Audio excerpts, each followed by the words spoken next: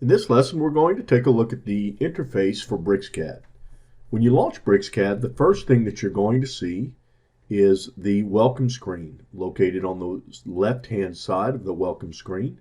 We've got 4 tabs: Get Started, Profile Presets, What's New, and Tutorials.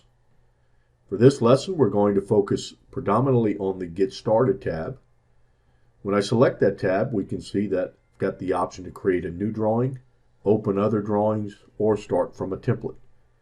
We also have an area for recent files, which will display the 10 most recent files you've worked on. And the bottom of the dialog box allows you to set your profile for the type of drafting or work that you're going to be doing. And we'll go ahead and create a new drawing. Here you can see the standard layout that is available with BricsCAD. Standard pull-down menus,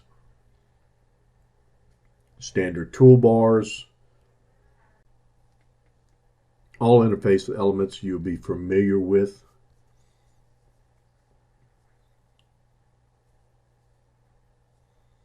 In the center of the screen is the drawing window, and above that drawing window you will notice multiple tabs. So each time I open a new drawing or an existing drawing, a tab representing that drawing will appear above the drawing window. I can switch between active drawings by selecting the relevant tab. I can create new drawings, and I can also close existing drawings. Moving toward the bottom area of the screen, you'll notice the Model tab and Layout tab, reflecting model space and layouts. We'll talk more about those environments a little bit later in the course. Below those tabs is the standard command line. I can close the command line.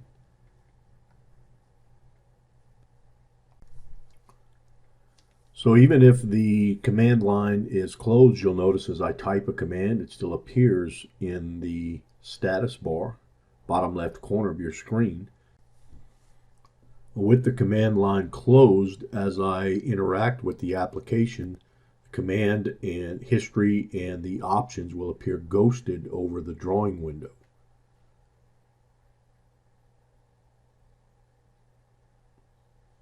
Double-clicking it will actually display the command line again.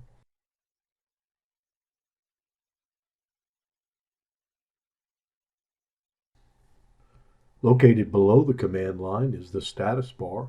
The coordinate readout is going to give you a real-time position of your cursor in the current coordinates. Next to that area are settings for the current text style, dimension styles, and workspace. Moving to the right of that area, we have toggles for snap, grid, ortho, polar, entity snaps, snap tracking, among other settings that we'll get into later in this course. Moving up and to the right, the Properties palette displays the properties of the selected entity or entities. You can turn the Properties palette on or off by using the View menu and selecting Properties.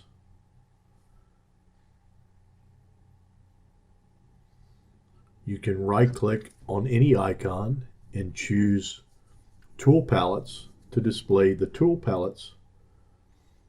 This tool palette can be floating simply by clicking and dragging on the title area. You can also customize the order and number of tabs.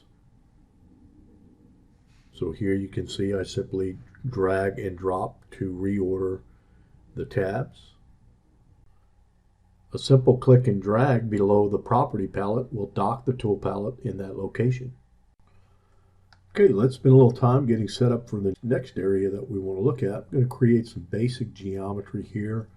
Rectangle that's 200 units by 100 units.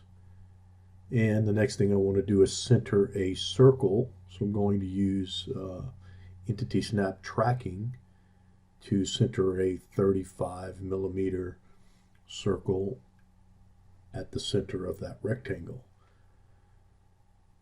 Right-clicking in the graphics area is going to display the quad interface. Let's take a look at the quad interface here. You can see a list of commands most recently used. Below that are command categories. As you can see, draw, insert, in general. All these commands can be customized. You can choose and customize the quad to fit your specific workflows. Here I'm selecting an object, and you'll notice now that my choices among the quad or on the quad interface are different. So the quad is context sensitive, meaning if items are selected, it's going to show me a predefined list of commands, whereas if items are not selected, it shows me a different group of commands. Let's go ahead and use the quad interface and mirror these existing entities. So by right-clicking, choosing the modify and then mirror, you can easily mirror these shapes. Now let's take a look at the context-sensitive properties palette. Here you can see with a rectangle selected, it's displaying the properties for that particular rectangle. However, if I select another object type, it's only going to display the properties that each entity share in common. If I select a single type of entity, here I can change the radius, for example, of these two circles at once. So you can select multiple entities and modify any of the properties that they share in common. Here, selecting multiple rectangles, we could change the line type, layer, and color.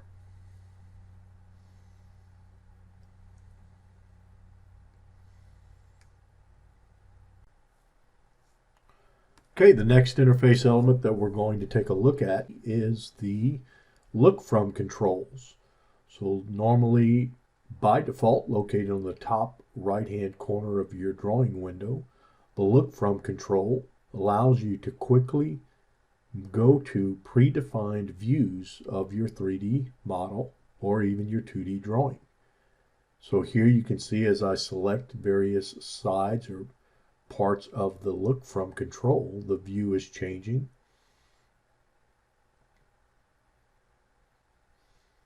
Returning back to the center of the view would execute the top view. This concludes our lesson on the BricsCAD interface.